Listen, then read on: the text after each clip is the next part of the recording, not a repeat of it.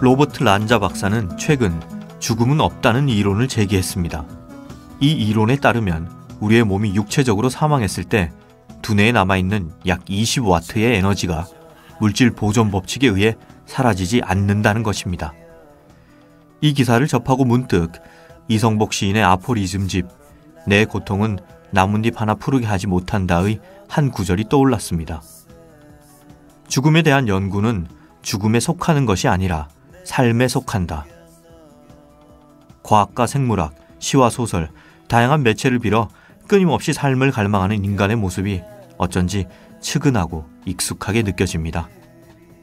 우리의 삶이 영원하다면 여러분은 무엇을 하시겠습니까? 안녕하세요. 문장의 소리 DJ 최민석입니다.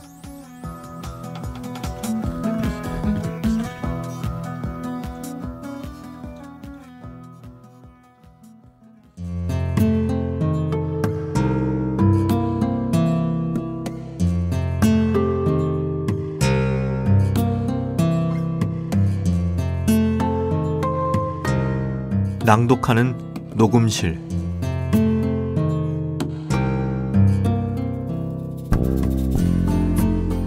오늘 낭독할 시는 유희경 시인의 시집 오늘 아침 단어에 수록된 검은 고요입니다.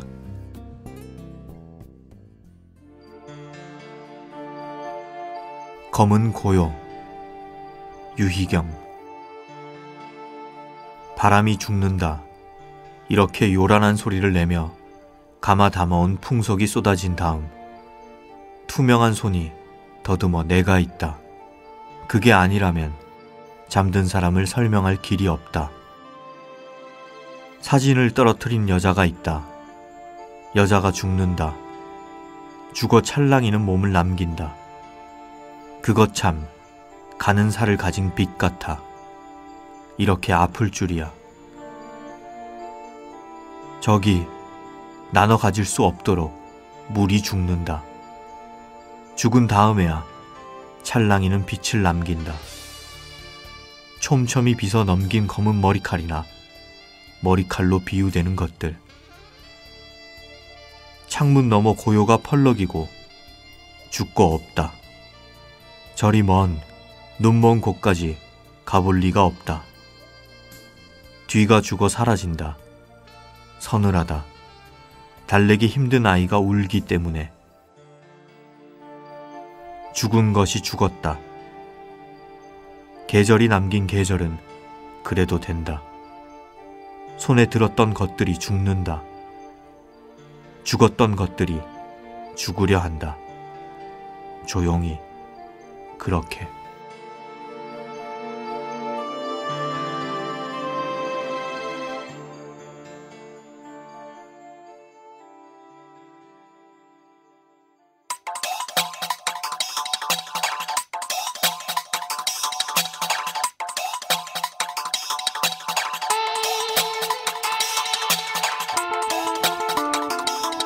문학과 힙합의 유사성과 차이점을 발견하고 이를 통해서 힙합의 문학성을 찾아주는 시간이죠. 김봉영의 흑형 이야기, 시와랩의 불가침 조약. 네, 오늘도 어김없이 이 자리에 천하대장군 김봉현 힙합평론가 자리해 주셨습니다. 안녕하세요. 예, 안녕하세요. 반갑습니다. 네, 김봉현입니다. 날씨가 네. 굉장히 추워졌죠? 예. 네, 봉현 씨 스튜디오 안에도 이렇게 네네. 털세트를 입고 오시고 네. 오늘 약간 깔맞춤한 것 같아요. 아, 항상 기본적인 깔맞춤을 하죠. 네, 오늘 그런 패션 센스가 있기 때문에 약간 빨간 바지를 입고 와서 네네. 제가 김봉현 씨가 굉장히 뭐랄까 색감이 굉장히 네, 제가 옷걸이는 안 되지만 옷은 잘 입는 편입니다. 네, 네. 남자로서 소화하기 힘든 의상인데 네. 또 연출은 오늘 또 노란 바지를 입고 와서 둘이 무슨 칼라로 맞췄나 이렇게 생각했습니다. 네. 그나저나 오늘 봉현 씨가 이번에는 섹스피어와 힙합이라는 매우 흥미로운 주제를 가지고 오셨네요. 네, 늘 그렇듯이 아주 문학과 긴밀한 연관이 있는 주제를 오늘도 역시 준비를 했고요. 이때까지 네. 문학과 긴밀한 연관성이 없다고 해서 많은 네. 지적과 비난이 있었는데 네. 이제야 올해가 끝날 때쯤에 드디어 연관성을 찾지 않았는가 싶습니다. 저의 아시겠지만 5년 플랜에 지금 꾸준히 가고 있는 거고요. 예정대로. 오늘은 셰익스피어와 힙합인데 저기 5년 플랜인데 미안한데 네. 당장 내년에 우리도 어떻게 될지 모르거든요. 알겠습니다. 네. 셰익스피어와 힙합인데 사실은 제가 뭐 전 세계 최초로 뭐 이런 주제를 얘기하겠다라는 건 아니고요. 사실 미국에서는 이미 셰익스피어를 주제로 힙합과 랩과 연관시켜서 많은 연구와 또 어떤 교육적인 시도 이런 것들이 많거든요. 그래서 제가 그걸 좀 정리해보고 저의 생각을 덧붙이는 방식으로 준비해봤습니다. 네, 그래서 저희가 2주 동안 셰익스피어와 랩에 대해서 얘기해볼 예정인데요. 사실 언뜻 듣기에는 셰익스피어와 랩 거리가 먼 것처럼 느껴지는데 이 두 가지가 닮은 점이 있나요? 없습니다. 크게 닮은 점은 없는데 제가 일단 이 주제를 통해 말씀드릴 것은 그러니까 문학가 중에서 셰익스피어만이 유일하게 힙합과 닮아 있다거나 혹은 앞으로 이야기할 이 둘의 관련성이 꼭 셰익스피어와 랩만이 가진 것이다 라는 것은 아니고요. 결과적으로 제가 드리고 싶은 말씀은 이 한 시대를 상징했고 지금까지도 거대한 영향력을 끼치고 있는 이 대문호 셰익스피어와 랩이 닮은 것들이 많다라는 것을 말씀드림으로써 랩과 힙합이 문학성과 긴밀한 연관을 지니고 있다라는 것을 말씀드릴 것입니다. 약간 끼워 맞춘 느낌이 없잖아. 전혀 들는데 아닙니다. 아무튼 전혀 2주 아닙니다. 동안 네네. 기획으로 가져오셨다니까 네네. 궁금합니다. 네. 아무튼 먼저 제가 그럼 셰익스피어에 대해서 다들 아시겠지만 뭐 이제 초등학생도 들을 수 있으니까 간략하게 소개를 해도 될까요? 네. 셰익스피어는 영국의 시인이자 극작가이고요. 또 영미 문학의 뭐 절대자라고 할 수 있죠. 뭐 인도하고도 안 바꾼다라는 말이 유명하고요. 그리고 당대의 언어로 구성되는 모든 것에 통달해서 뭐 희곡은 물론이고 시에도 능했고요. 지금까지 뭐 희곡 뭐 40여 편 그리고 소네트라고 하죠. 그 당시에 정형 시인 소네트 154편, 뭐 장시 2편 정도를 남겼고요. 우리에게는 그 4대 비극으로 유명하지만 모든 장르에 능했고 또 모든 서사가 따르고 있는 기본 기술을 정립시켰다라고 평가를 받고 있습니다. 그리고 제가 좀 흥미로웠던 것은 사실 저의 무지를 드러내는 걸 수도 있는데 흥미로웠던 게 그 희곡에서 시간과 장소의 일치를 뭐 최초로 깬 인물이다라고 하더라고요. 이게 혹시 무슨 말인지 아시나요? 아니 저 잘 모릅니다. 그러니까 지금으로서는 굉장히 어처구니 없는 이제 고정관념인데 그 1500년대만 해도 뭐 2시간 동안 연극을 상영한다. 그러면 그것이 실시간 그리고 그 한 장소여야만 됐다는 거죠.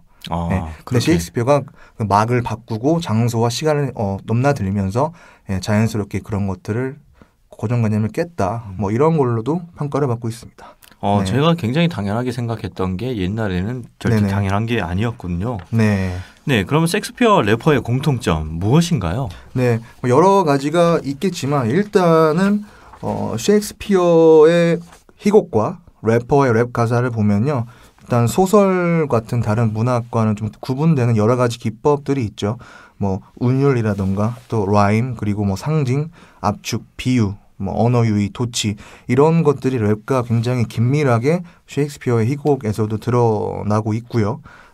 그리고 그 셰익스피어가 그 당시에 또 평가를 받는 것이 아예 영어를 만든 사람이라고 평가를 받고 있습니다. 예를 들어서 그의 희곡에 나온 2만 단어 중에서 2천 단어는 새로운 단어였다라는 것이죠. 예를 들어서 우리가 지금은 우리한테는 흔한 말이지만 우리말로 혈육이라고 하는 살과 피, 뭐 플래시 앤 블루드라는 단어나 그리고 foul play 반칙이라고 하는 그 더러운 행실이라는 그런 단어들이 원래는 없었는데 셰익스피어가 그 당시에 자신의 작품에 쓰면서 새로운 영단어를 만들어졌다는 것인데 그런데 그렇게 새로운 어휘를 만들어내는 역할을 오늘날에는 누가 하고 있느냐라고 하면 바로 래퍼들이 주로 하고 있다고 지금 평가를 받고 있는 거예요. 예를 들면은 얼마 전에 영국의 옥스포드 대학교에 그 새로운 단어가 실렸는데 그 단어들이 블링블링이라는 단어와 또 직이라는 단어가 실렸습니다. 그러니까 블링블링이라는 것은 뭐 반짝반짝거리고 뭔가 금은보화로 이렇게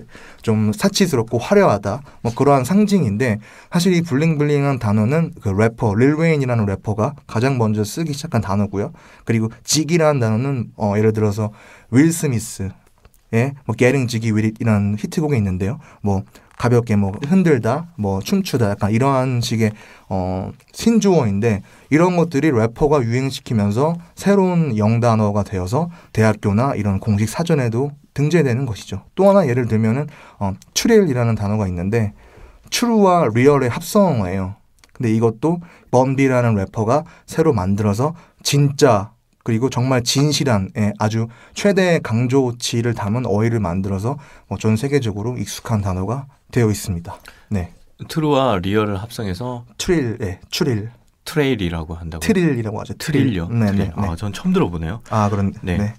네. 그리고 또 이런 말씀하셨어요. 현대의 시인은 바로 래퍼다. 네네. 이 말은 또 어떤 의미인가요? 네. 이 여러 가지가 의미가 있지만 일단은 그 시인들이 자주 쓰는 운율과 라임, 압축적인 표현이 랩에도 그대로 들어가 있다.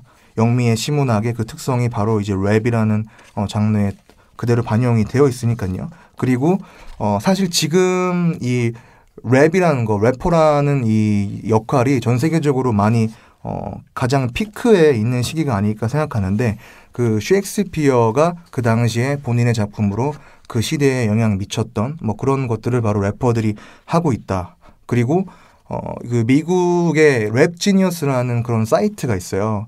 이것이 바로 랩 가사의 하도 시처럼 압축과 여러 가지 그 메타포가 많으니까 이것을 해석해내는 그런 사이트인데 이 랩지니어스가 또 같이 운영하는 것이 바로 포이트리 지니어스라고요.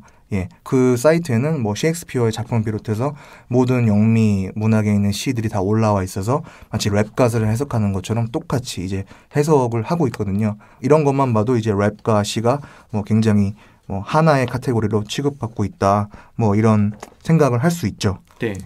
그러면 이 현대 시인은 바로 래퍼다. 이 말은 네네. 봉현 씨가 한 말인가요? 아닙니다. 누가 한 제가 말이죠? 이 시와 랩을 같이 다룬 요즘 제가 번역을 할 계획을 갖고 있는 그 원서 얘기하려고 하지. 원서가 하나 있는데요. 거기에 바로 그 책의 가장 모토가 그러한 문구더라고요. 그래서 그럼 제가 그 책의 저자가 한 말이 건가요? 네, 그렇습니다. 저자 이름이 어떻게 되죠? 아담 브래들리라고요. 아담 브래들리. 한번 찾아보시면 되고요. 아담 브래들리가 현대의 시인은 바로 래퍼다. 이런 말을 했고 봉현 씨가 설명을 잘 해주셨습니다. 네. 그리고 또 래퍼들이 쓴 가사에 보면 셰익스피어를 언급한 것도 있다면서요? 네. 단적으로 셰익스피어라는 제목의 노래도 있고요. 그러니까 내가 현대판의 랩으로 문학성을 지닌 셰익스피어 같은 인물이다. 이런 가사도 있고요. 그리고 우리가 잘 알고 있는 나스라는 래퍼가 있는데 이 래퍼의 가사를 보면은 단적으로 래퍼들이 단순히 짓거리는 게 아니라 자신의 가사의 문학성을 의식하고서 자신의 셰익스피어와 일치하고 그를 롤모델을 삼고 있다는 것을 엿볼 수 있는 그런 구절들이 있어요. 예를 들자면 제가 영어 말고 한글로 해석을 바로 해드릴게요. 나는 셰익스피어의 무덤을 뚫고 나와서 그가 남긴 것들을 훔쳐서 그의 뼈를 갈아서 담배처럼 피운 다음에 바로 이 힙합 게임에 들어왔다. 이런 거거든요. 네, 이게 한글로 하니까 좀 어감이 안 살 수도 있는데 뼈를 갈아서 담배를 피우는 상당히 그로테스크한데. Grind the bones and smoke it라는 것이군요. 그러니까 이게 사실 힙합 가사를 잘 보는 사람들은 되게 멋있는 구절이거든요. 그러니까 내가 바로 셰익스피어의 문학성을 이어받아서 그러한 문학적인 가사를 쓴다. 이러한 자신의 그 이미지를 셰익스피어와 일치시키는 그런 가사들도 찾아볼 수 있습니다. 네, 알겠습니다. 다음 시간에 이어질 이야기가 더 재밌을 것 같아요. 네, 본격적으로 셰익스피어의 구절들과 랩 가사를 비교하고 이런 것들을 다음 주에 진행할 예정입니다. 네. 둘의 텍스트를 비교하면서 공통점을 좀 찾아보도록 하겠습니다. 그러면 봉현 씨 조심히 들어가시기 바랍니다. 네, 감사합니다. 네, 안녕히 가십시오. 저 하늘 한가운데 내가 보여 바람 닮은 새처럼 날아오를래 저 너머 그곳에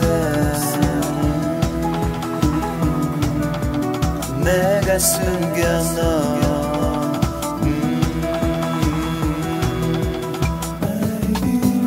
커다란 하늘이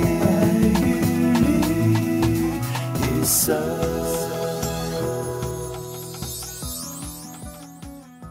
오늘 작가의 방에는 시인이자 평론가, 인문학자, 번역가, 신학자 등 다양한 활동을 펼치고 계신 분을 모셨습니다. 김은교 시인 나와주셨습니다. 안녕하세요. 네, 안녕하세요. 네, 선생님 반갑습니다. 고맙습니다. 네, 오늘 날씨가 굉장히 춥잖아요. 네. 네, 이렇게 추운 날씨에도 불구하고 나와주셔서 감사합니다. 먼저 제가 청취자분들을 위해서 김은교 시인을 간단히 소개해 드리도록 하겠습니다.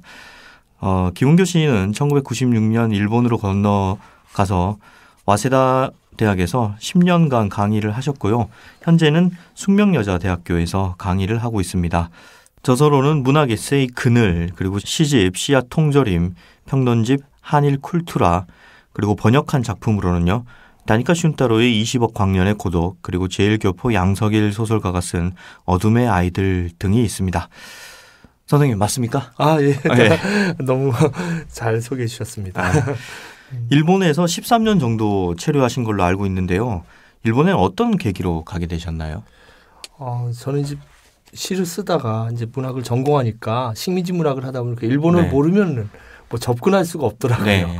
그리고 다 50년대, 60년대 뭐 김수영 시인, 신동엽 네. 시인까지 다 일본어로 책을 읽고 공부한 세대이기 때문에 일본을 모르면 뭐 접근할 수가 없었어요. 그래서 가게 되었습니다. 네, 그러면 한국에는 또 언제 제가 지금 돌아오신 들어온 지 거죠? 3년 반 정도가 3년 지났는데요. 반이요? 예. 사실은 8년 정도 일본에 체류하니까 죽은 것 같더라고요. 죽은 네. 시체 같은데 그걸 모르고 그냥 있었어요. 한국에 들어오는 것도 겁이 나고. 근데 저의 죽은 혼을 깨워주신 분이 고은 선생님이세요. 고은 네. 선생님께서 2007년경에 저희 학교에 강연을 오셨는데 저 보자마자 은규야 너가 죽었구나 이렇게 어떤 시혼으로 알아보시더라고요. 그래서 너가 봉급을 여기서 얼마나 받는지 모르지만 와세다 대학에 오셨을 때 와세다 대학에 강연 오셔서 한국에서 100만 원만 주는 데가 있으면 무조건 들어와라 그러셨어요. 근데 네. 제가 용기가 없어서 또 1년을 체류했더니 설날 때 눈이 펑펑 오는데 또 2008년에 전화 주셔서 들어와라 용기가 네. 없냐 부닥쳐라 먹고 살 수 있다 이러시는 거예요. 그러더니 또 한 번 저희 아버님 돌아가셨을 때 네. 그냥 소주를 컵에다 가득 부어주시면서 이 나쁜 놈아 아버지 암 환자인데도 너가 이렇게 일본에 있었냐면서 들어와서 너의 마지막 생애를 시집을 몇 권 낼지 모르지만 이제 시집을 내라 이렇게 하셨어요. 제가 한길문학이란 잡지에 그 한길문학상을 탈 때 그 상을 주신 분이 고은 선생님이셨거든요. 네. 28살 때.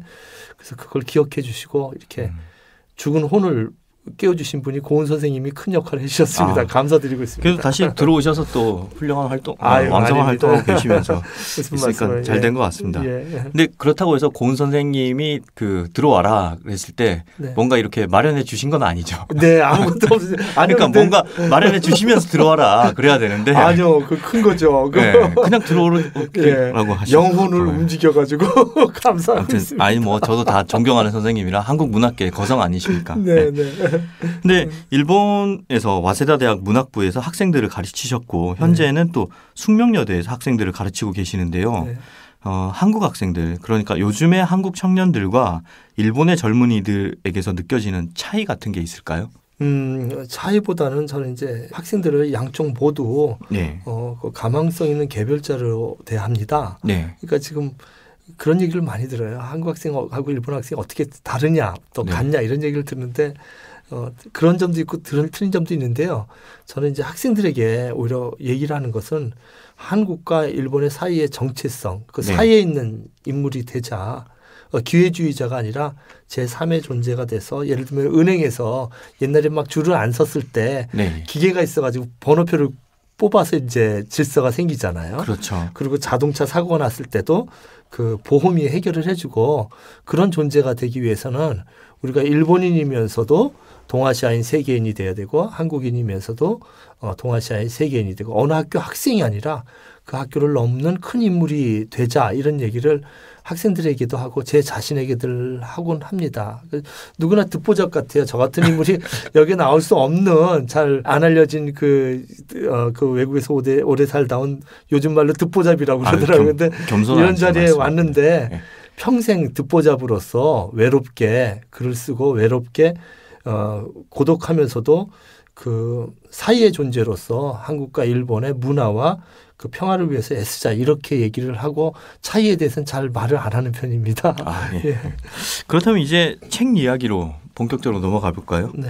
작년에 출간하신 그 문학 에세이 그늘 네. 이 책은 어떤 책인가요? 제가 죄송하지만 청취자분들을 위해서 직접 소개를 한번 부탁드려도 될까요? 네.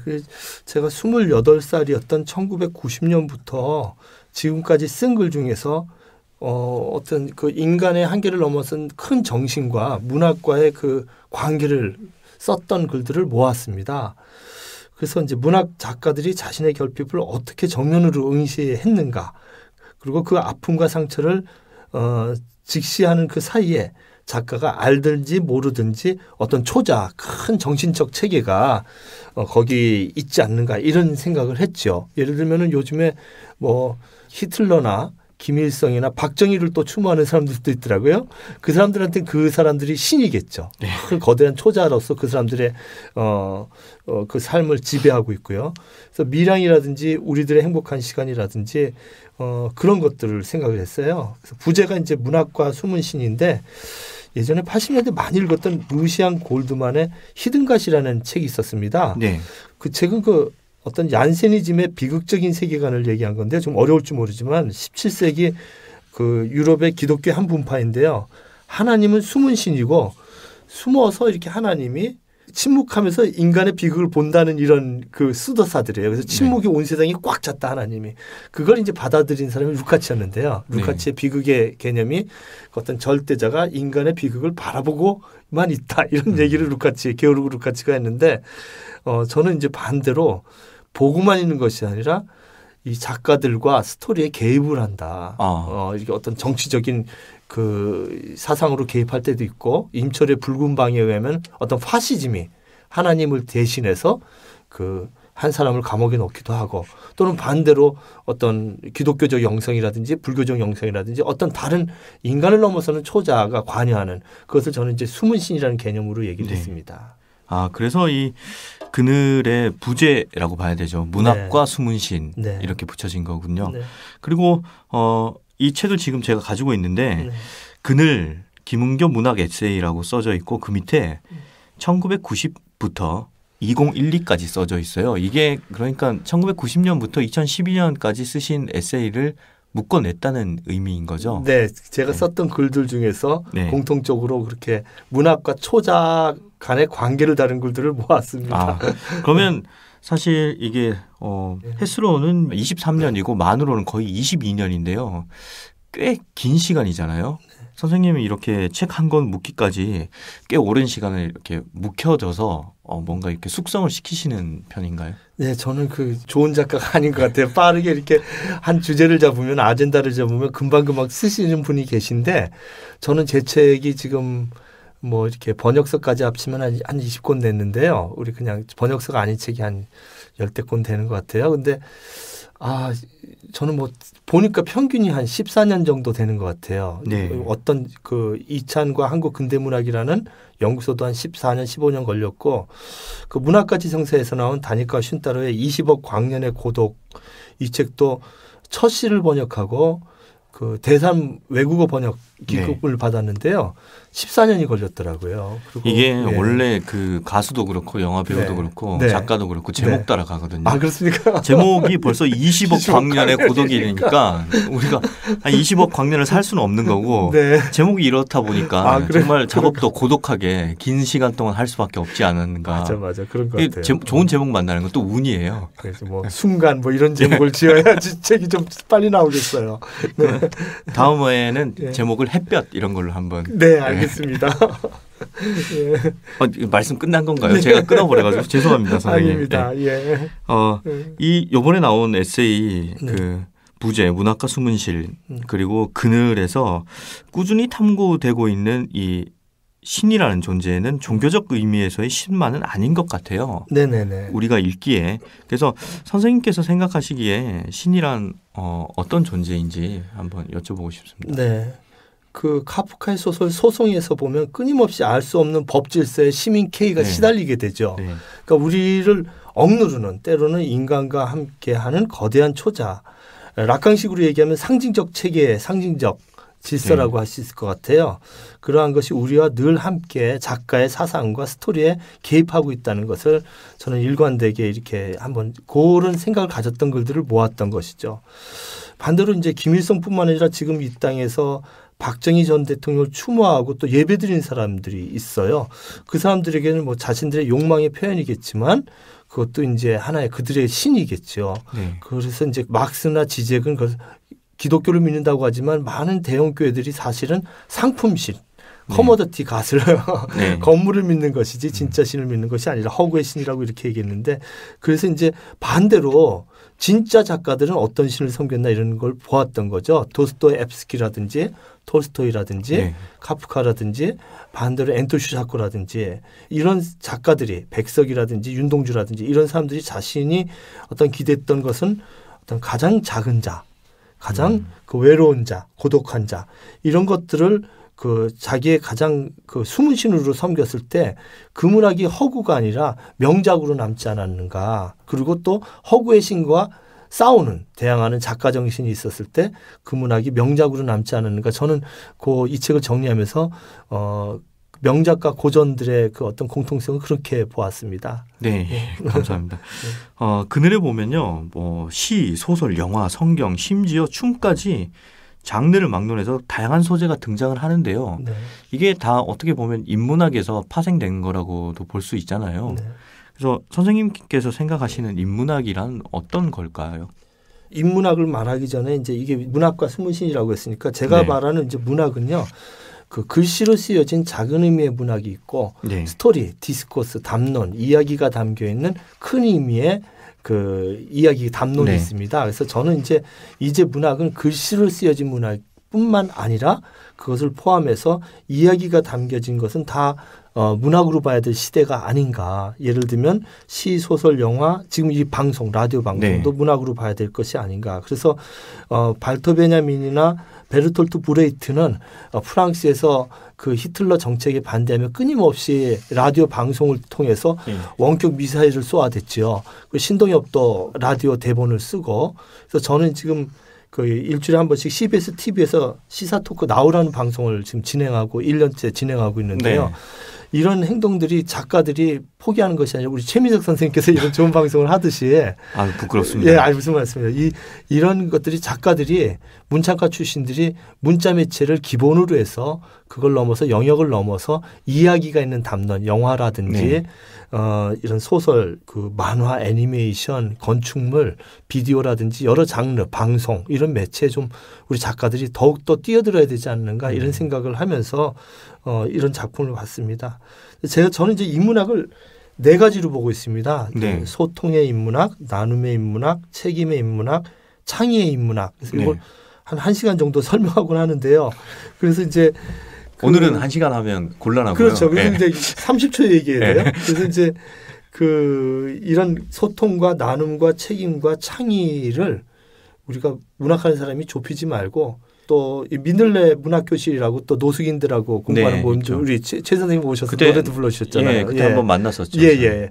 그래서 그런 그 활동에 이렇게 라디오를 만들듯이 적극적으로 네. 모든 장르에 뛰어들어야 되지 않을까 이런 생각을 하는 편입니다. 문학의 성벽을 공고히 쌓지 말고 성벽을 허물고 적극적으로 다양한 장르에 참여를 해서 예. 예, 모든 것이 문학이 되고 예. 인문학과 함께 어깨동무를 하는 예. 그런 시도를 했으면 좋겠다는 말씀이신 거죠? 아니 아닌가요? 그것도 맞고 아니 맞습니다. 그것도 좋고 죄송합니다. 문학의 성벽에 있어서 예. 고독할 때는 그 고독한 시간에 자기의 깊이를 다지고 또 나갈 때는 또 나가고 그런 아, 것들이 그 사이에 존재가 돼야 되지 않을까 이런 생각을 합니다. 그래서 꼭 거리에서만 쓰거나 거기만 있는 것이 아니라 또 고독할 시간에는 한없이 자기를 고독으로 충전할 수 있는 그런 작가들의 그 오고감이 좀 있어야 되지 않나 이런 생각을 좀 예. 해봤습니다. 예. 아 그런 성벽의 의미였군요. 저는 그런 시각들 있잖아요. 문학만이 고고하다. 예. 그런 차원에서 이제 성벽을 허물자라는 얘기로 말씀을 드린 거였거든요. 네. 아무튼 뭐 그건 같은 의미인 것 같고요. 네. 사실 이 그늘은 방대한 페이지와는 다르게 굉장히 쉽고 편안한 문체 덕분에 술술 읽힙니다. 그래서 혹시 선생님께서 독자들이 쉽게 읽을 수 있도록 이 편안한 문장을 쓰는 비결 같은 거 가지고 계신지 궁금합니다. 제가 지금 최민석 선생님 앞에서 또 이 연출하는 김경주 시인 앞에서 제가 이러지 마세요. 문장에 대해서 어떻게 얘기하겠습니까? 저는 문장에 자신이 없고요. 사실은 일본에 가서 네. 4, 5년을 병에 걸렸었어요. 그 문장병에. 일본어하고 영어하고 한국어가 머리에서 뒤섞여 가지고 네. 한국어로 써도 뭐 한국에 원고를 보내면 너무 충격을 받고 이게 정말 김은교가 쓴 것이냐 그렇게 번역을 한 권 다 했는데 한글로 썼는데 일본어로 쓴 거예요. 일본어 네. 투로. 그래서 병을 걸려서 그걸 고치려고 애를 썼어요. 그래서 거의 혹시 그런 병에 걸린 혹시 문장에 자신 없는 분에겐 제가 이런 말이 도움이 될지 모르겠습니다. 저는 그 문장에 자신이 없고요. 그래서 길게 쓰는 습관과 짧게 쓰는 습관을 계속 해야 된다고 봐요. 근데 제 선배인데요. 학교 선배인데 기용도 시인이 길게 쓰는 습관을 언제나 가졌어요. 길게 쓴다는 거는 문장을 길게 쓰는 거예요? 아니면 글을 이야기를 글을 매일 길게 일기를 엄청나게 길게 쓰는 거죠. 예. 그렇게 했던 소설가 또 공지영 씨죠. 네. 아주 습관화 돼가지고 자기만의 노트 속에서 굉장히 길게 써가지고 그 일기만 2줄간의 일기가 두껍게 나온 게 기용도 시인의 책이 있지 않습니까? 네. 그래서 길게 쓰는 습관과 또 짧게 쓰는 습관 그걸 이렇게 번갈아 가면서 연습을 했는데요. 페이스북을 통해서는 좀 길게 쓰는 습관의 글들을 많이 쓰고요. 예. 제 블로그에 아무도 모르게 길게 쓰고 그다음에 또 트위터 이런 데 짧게 쓰기는 습관을 해서 짧은 경고 또 길게 쓰는 거 이걸 연습을 좀 하고요. 그다음에 쉬운 문체와 또 어려운 문체. 쉬운 문체를 쓰다가 앞부분은 쉬운 문체를 쓰다가 중요하게 강조할 부분에서는 어렵게 일부러 문장을 꼬아가지고 두 번 읽게 만드는. 그래서 글을 보면은 어떤 문장은 쉽다가 갑자기 어려워진 문장이 있을 거예요. 그래서 의도적인 겁니다. 사실은. 어려운 문장을 다시 읽게 만들려고 이렇게 하기도 하고 그렇게 좀 장난을 쳤습니다. 근데 좋게 봐주시면 참 감사한 것이죠. 그런 게 반드시 필요하다고 생각을 하고요. 네. 저도 종종 그러기 때문에 충분히 잘 이해가 됩니다. 네. 선생님 번역도 굉장히 많이 하셨잖아요. 네. 시도 쓰시고 또 강의도 하시고 에세이도 쓰시고 번역도 하시다 보면 이렇게 스위치가 되어야 되잖아요. 네네. 그러려면 번역을 할 때는 내가 어떤 태도로 해야겠다라는 그런 생각 같은 게 있을 텐데요. 네. 번역 어떤 태도로 임하시는지요? 전 번역할 때 네. 다들 그러실 거예요. 그래서 소설 쓰거나 에세이 쓰거나 시 쓸 때 복장부터 달리하고 발트 베냐민이 그랬죠. 어떤 장르를 쓸 때 자기가 쓰는 만연필이 틀리다고 그랬는데 저는 그렇게 하고 좀 태도나 분위기를 달리해서 듣는 음악도 달리해가지고 하곤 합니다. 근데 번역하실 때 어떤 옷 입고 하시는데요? 그러면? 예, 일본에서 고생했을 때 했던 이 옷을 입고 번역을 하곤 합니다. 그때 옷을 입으면 그 의욕이 이렇게 충전되면서 그때. 약간 초심 같은 걸 가지시게 되군요. 또 학자이시면서 인문학을 연구하시지만 선생님에게 시가 가지는 특별한 의미 같은 게 있을 것 같습니다. 그래서 아울러 다음 시집은 저희가 언제쯤 만나볼 수 너무 있을까요? 부끄럽습니다. 첫 시집이 제가 시약 통조림인데 출판사가 좀 어려운 일이 생겨서 다시 이제 아마 한두 달 안에 첫 시집이 재발간이 나오고요. 두 번째 시집은 어떻게 하든지 2014년에 꼭 내려고 합니다. 근데 저는 제 아들한테 그렇게 얘기했어요. 아빠가 어떤 대학 교수나 어떤 인물로 남기보다는 시인으로 기억되면 좋겠다 너한테 그런 얘기했습니다. 시인은 가장 결핍된 상태에서 무한한 상상력과 무한한 자유를 통해 독자성, 싱귤레리티를 누릴 수 있는 아주 자유인인 것 같아요. 그래서 그런 인물이 되고 싶은데 게을러서 죄송합니다. 2014년이면 사실 두 달만 있으면 바로 그렇습니다. 2014년이거든요. 곧 만나뵐 수 있겠네요. 기대하겠습니다. 앞으로 계획 어떻게 되나요? 내년에 11월까지 저희 서울문화재단에서 제가 윤동주와 함께라는 책을 쓰는 걸로 기금을 받았어요. 그래서 어떻게든지 그 책은 꼭 나오게 될 겁니다. 책임지시고 내야 그래서 어느 출판사에서 낼까 지금 고민하고 있고요. 매년 2월 16일에 윤동주 기일에 문학 강연을 해왔어요. 거의 한 10년 넘게 일본에서도 해왔고 그래서 그간 윤동주에 관해서 셀 수 없이 강연을 해왔는데 내년에 윤동주와 함께 책을 내면은 좀 크게 강연과 노래를 곁들인 북콘서트를 전국적으로 하려고 합니다. 최민석 선생님께서 좀 동행해 주시면 아주 좋은 행사가 될 것 같습니다. 영광입니다. 그리고 이제 양석일 선생님이 아시아적 신체라든지 또 소설 번역한 게 2권이 있고요. 그 밖에 책을 여행하다라는 기행집도 준비하고 있고 연구서 디아스포라 백석과 윤동주 시인이라는 논문집도 내려고 하고 있습니다. 굉장히 왕성하게 활동하시고 굉장히 많은 계획 가지고 계시네요. 다 잘 되기를 제가 기원하고요. 선생님 저번에 저희가 다른 자리긴 하지만 그 민들레 문학상 시상식에서 만났었잖아요. 근데 선생님 듣기로는 민들레 문학 교실에서 또 일을 하고 계시다고 들었는데요. 어떤 일 하고 계신지요? 근데 제 일을 하기 전에 전 최민석 선생님이 노래를 그렇게 하시는 거 보고 너무 놀라고 아주 기쁘고 감격했습니다. 저희 같은 이 B급 취향의 밴드를 예. 좋아해 주셔서 예. 감사합니다. 그 앞에서 노래 들으신 분들이 시청에 네. 그 노숙인들이 이렇게 모였잖아요. 그렇죠. 그게 대단한 것 같아요. 시청에 노숙인들이 네. 들어와 있다는 것이. 예. 네. 서울역에 있는 노숙인들을 다 내쫓았었잖아요. 그죠? 그렇죠. 근데 그게 아니라 시청에 모셔서 좋은 의자에서 최민석 소설가의 노래를 듣는다 이렇게 대단했던 것 같아요. 예, 그 민들레 문학상은 그 지금 2기째 하고 있는데요. 네. 너무 고마워요. 한국문화예술위원회하고 서울시하고 그다음 비기슈하고 그다음에 네. 서울시의 20개소 내지 21개소에서 그 작가들이 지금 글을 가르치는 겁니다. 네. 그 노숙인들을. 근데 실제적인 변화를 제가 봐요. 노숙인들이 그 술을 먹던 걸 끊고 그에 대한 에너지를 글쓰기라든지 네. 책 읽기로 돌리고 새로운 자기의 그 삶을 모색하는. 그래서 저는 이제 그 이런 그 노숙인들 프로그램을 그 인도 안나와디라든지 또는 그 토론토, 캐나다 네. 토론토에 이제 요크 대학교라고 거기 인권센터가 있어요. 거기서 이제 중국인 노숙인이 많아요, 토론토에. 그래서 거기 이제 스태프들도 만나고 그랬는데 노숙인 프로그램 중에서 이렇게 인문학 프로그램은 있는데 글쓰기를 통해서 이렇게 새로운 가망성을 찾아보는 운동은 전 세계 어디 다른 곳이 있는가 좀 조사해 보고 싶어요. 근데 이런 지금 작가들이 참여해서 하는 것은 노숙인을 위한 것이 아니라 우리 자신을 위한 것이 아닌가 싶어요. 예를 들면은 도스토옙스키에 나오는 그 죄아벌에 나오는 네. 그 로자 주인공 로자 라스콜리니코프 그 사람이 이제 소냐를 만나가지고 새로운 부하를 만나잖아요. 그 장발장도 그 창녀를 만나가지고 그 성격이 아주 험했던 장발장이 새로운 길을 찾고 레미제라블의 그 장발장도 그렇고요.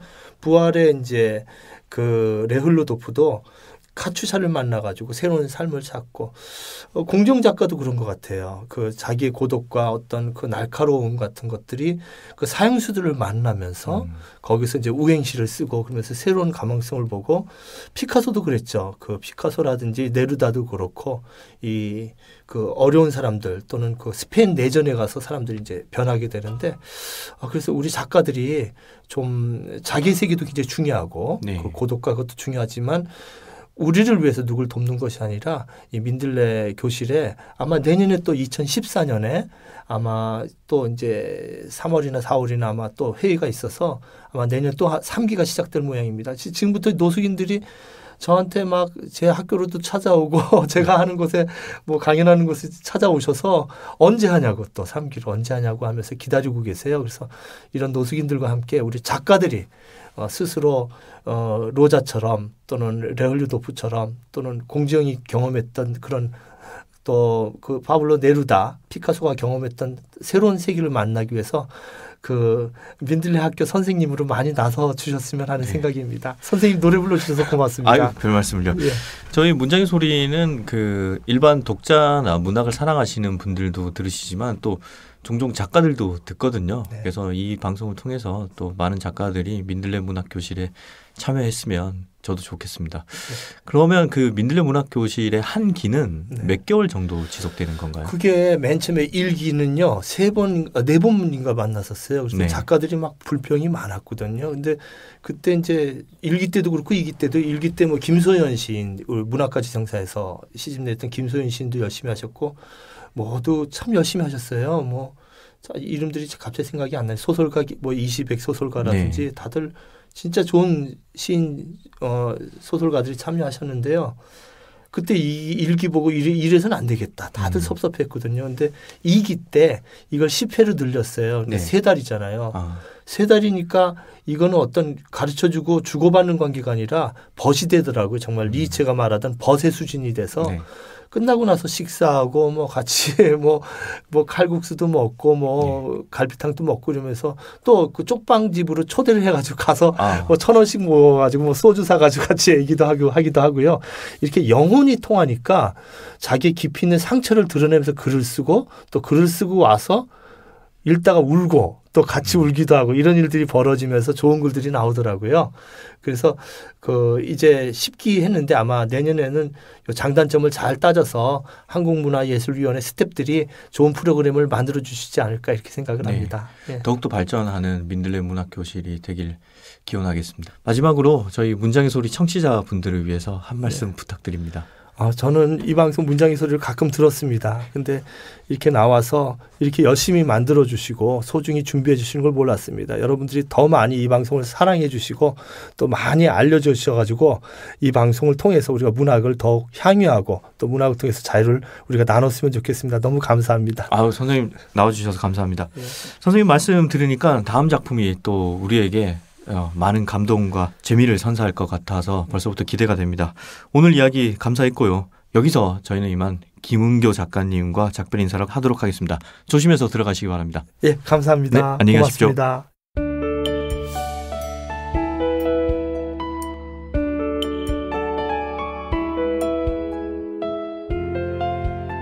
밤이 점점 길어지는 계절이 왔습니다. 오늘 밤엔 푹신한 베개에 파묻혀 진한 독서를 해보는 건 어떨까요? 저는 다음 주에 뵙겠습니다. 고맙습니다.